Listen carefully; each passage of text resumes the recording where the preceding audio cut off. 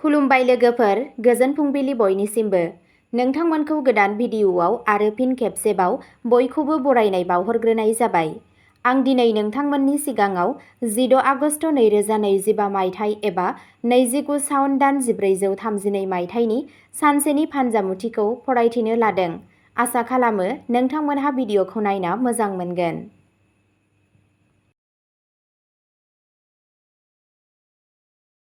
मेष राशि। दिनैनि साना गावखौ बिजिरनाय आरो फोसाबनायनि सान। नोंथाङा नोंथांनि गोरोन्थिफोरनिफ्राय सोलोंगोन आरो सिगांथिं आवगायलांगोन।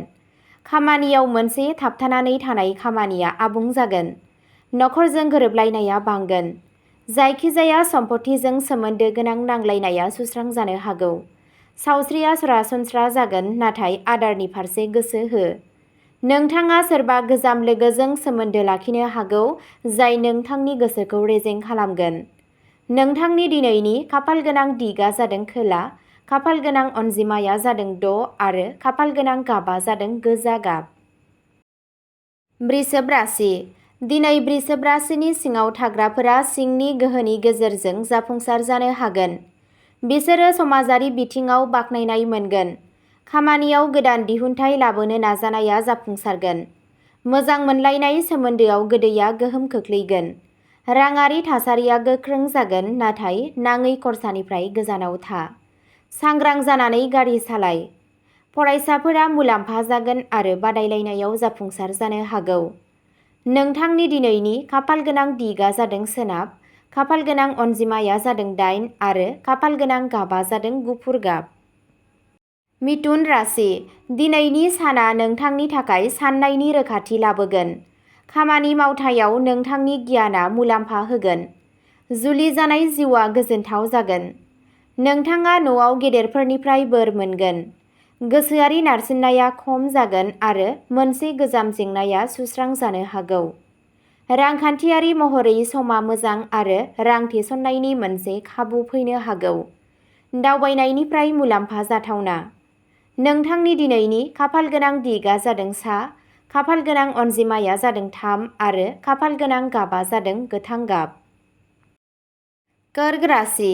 दिनैनि साना गोसोआरि महरै एसे जुजिनो हागौ। नखरनि सासे सोद्रोमाजों गोरोबलायैनि जाथावना दं। खामानिजों सोमोन्दो गोनां हाबाफोर जाय थाबथानानै दं बेयो गोख्रैथि मोनगोन। सासे गोजाम लोगोखौ लोगो हमनाया रंजाथाव जागोन। नोंथाङा नोंथांनि खुदियानि सोलोंथाय एबा जिउ राहानि सोमोन्दै थिरांथाफोर लानांनो हागौ। रांखान्थिजों सोमोन्दो थानाय आयदाफोराव सांग्रां जा।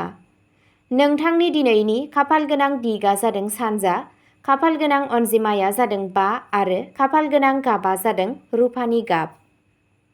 सिंह राशि। दिनैनि साना सिंह राशिनि सुबुंफोरनि थाखाय गोहोजों बुंफबनाय सान जागोन। गोदान सानस्रिफोरनिफ्राय मुलाम्फा मोनगोन। साख्रि आरो फालांगि मोन्नैयावबो दावबायनाया जाथावना। सोमोन्दोआव फोथायनाया बांगोन। नोंथाङा नोंथांनि जिउ लोगोरिनिफ्राय आबुं हेफाजाब मोनगोन। खुसिया नोंथांनि फिसाफोरनिफ्राय फैगोन। नोंथांनि सिंनि गोहोआ नोंथांखौ गोब्राब थासारिनिफ्राय रैखा खालामनो हागोन। साननि उननि खावसेया आरोबाव बांसिन मोजां जागोन। नोंथांनि दिनैनि खाफालगोनां दिगआ जादों खोला सानजा, खाफालगोनां अनजिमाया जादों 1 आरो खाफालगोनां गाबआ जादों सनानि गाब। कन्या राशि। दिनै खामानियाव सोलायनो हानाय गोहो लाखि। नोंथांनि जिउ लोगोरिजों गोरोबलायै जानो हागौ, नाथाय सुंज्लायनाया मोनसे सुस्रांनायनि लामा दिन्थिनो हागौ। नोंथाङा नोंथांनि साख्रियाव गोदान बिबानफोर मोनगोन। बाहागोदारियाव फालांगिया मुलाम्फा गोनां जागोन। नोंथाङा नोंथांनि बिमा-बिफानिफ्राय मदद मोनगोन। नोंथाङा बबेबा मोनसे सिबिग्रा थावनियाव थांनो खाबु मोनगोन। आथिखालाव राङारि आयदाफोराव सामलायनाया गोनांथार। नोंथांनि दिनैनि खाफालगोनां दिगआ जादों सा-सोनाब, खाफालगोनां अनजिमाया जादों 7 आरो खाफालगोनां गाबआ जादों रेजें ब्राउन गाब। तुला राशि। दिनैनि साना तुला राशिनि थाखाय मोजां इसारा होदों। नोंथाङा नोंथांनि खामानियाव गोदान दिहुनथाय लाबोगोन। समाजाव नोंथांनि मान-सन्मानआ बांगोन। रांखान्थियारि नोजोरजों साना मोजां जागोन। गोजाम रां थिसननायनिफ्राय मुलाम्फाया जाथावना। नोंनि जिउ लोगोरिजों खाथि सोमोन्दो थागोन। मोजां मोनग्राफोरनि थाखाय साना रमान्टिक जागोन। नोंथाङा सासे लोगोनिफ्राय मदद मोनगोन।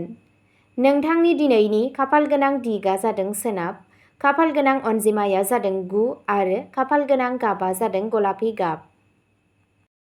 वृश्चिक राशि। दिनैनि साना सहायनायजों बुंफबनाय सान जागोन। जायखिजाया थिरांथायाव गोख्रै दा खालाम। राङारि थासारिया मोजां जागोन, नाथाय दाहार लानायनिफ्राय गोजानाव था। खामानिनि जायगायाव मोनसे गोदान मावखान्थि नुजाथिनो हागौ। माखासे गोसोआरि मेंनाय थानो हागौ। हाबा जानाय जिउआव नारसिनथाय थानो हागौ, नाथाय सुंज्लेनाया मोनसे सुस्रांनायनि लामा लागोन। सासे गोजाम लोगोखौ लोगो हमनाया गोजोन लाबोगोन। नोंथांनि दिनैनि खाफालगोनां दिगा जादों खोला, खाफालगोनां अनजिमाया जादों 2 आरो खाफालगोनां गाबा जादों गोसोम गोजा। धनु राशि। धनु राशिफोरनि थाखाय साना साहस आरो गावखौ फोथायनायजों बुंफबनाय। नोंथांनि सानस्रिफोरखौ मान होनाय जागोन। नोंथाङा खामानिनि जायगायाव गोबां थांखिफोर मोननो हागौ। लाइमोन सुबुंफोरा गावसोरनि जिउ राहायाव दावगानायनि खाबु मोनगोन। गुबुन हादोर दावबायनायनि जाथावनाफोर दं।